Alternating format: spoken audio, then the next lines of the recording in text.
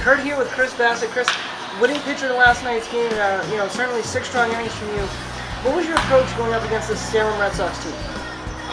Changed up what I did when I was at Salem, kind of thing. I mean, they hit me around a little bit, but I mean, it was just trying to actually knock the rust off a little bit, just coming off of that second half, going off a nice little break. So I mean, just establishing my fastball and then getting back after it pretty much. Yeah, it certainly helps when you start establishing that fastball. And that's it's a good approach to go into it.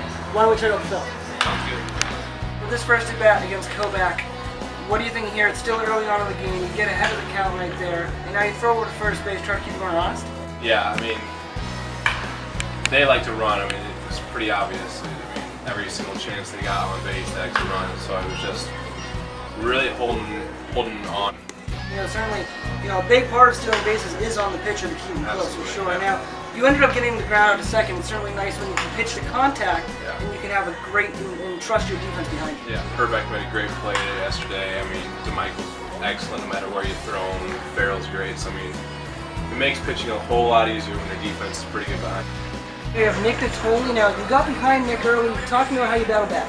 Yeah, early established it. I mean, I understood my big key is my glove side has to be up. So I mean, I got behind because my glove side was low. When it's low, I yank pitches.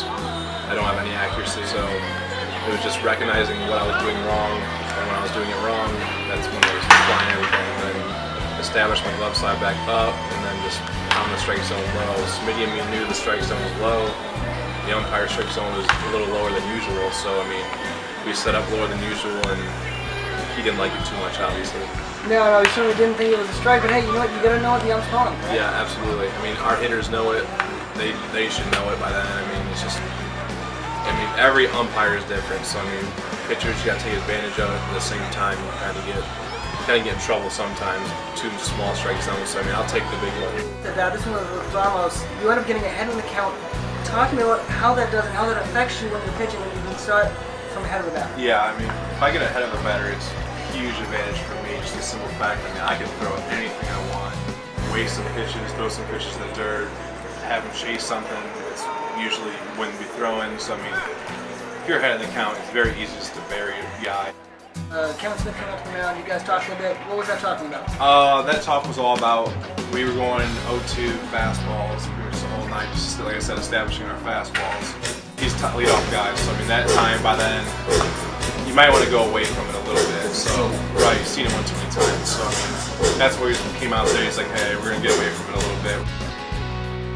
You went with that 0-2 count, you went back-to-back curveballs. Eventually got him with the second one. Any hesitancy about going back-to-back the same pitch? No, I mean I like doing it. Just any pitch, any time. That's what I've always been taught. I knew if I threw the pitch where I wanted it to be, which I did, I could get him out. You had one long running last night. You have 2 run runs in that inning, and pitching coach Derek came up to talk to you. What did he say to you on that? Stop being too cute. I was throwing way too many off-speed pitches. I mean, my best pitch is my fastball, my 2-seam. He said, "Why are you not throwing that?" That's pretty much all it was just, why are you throwing so much off-speed? Get back to throwing your fastball. He somehow was right, which I can't stand, but I mean, 2 pitches later, ground out. He just smiled when I walked back in the dugout. You get Renfro behind early 0-2. You started him up with an off-speed pitch, and then to finish him, you went back with the heat. You didn't mess around here. My fastball's working. It's hard to hit, so I gotta trust that. And if I'm gonna get beat, I'm gonna get beat by my best pitch. I'm not gonna be doing a change up and get beat by my 4th best pitch. So I mean, especially when I have you 0-2. We're done with the film breakdown, but before you leave, I gotta know, what do you think? How do you sum up your pitching outing from last night? Give it a C. I need to get a lot more early contact so I can go late in games rather than go 6 innings, 5 innings. I mean, if I didn't have a quick inning that 1 inning, I would probably run out 5 innings, which is obviously not good for a starter. I gotta cut down my strikeouts a little bit, stop being so picky, stop walking guys really, and then that will establish me going 7, 8, maybe 9 innings. Well, thanks for watching, Dash fans. That's all I have with Chris and our film. Hey, thanks for joining me again. No problem. Guys, make sure you check us out on YouTube at WS-Baseball.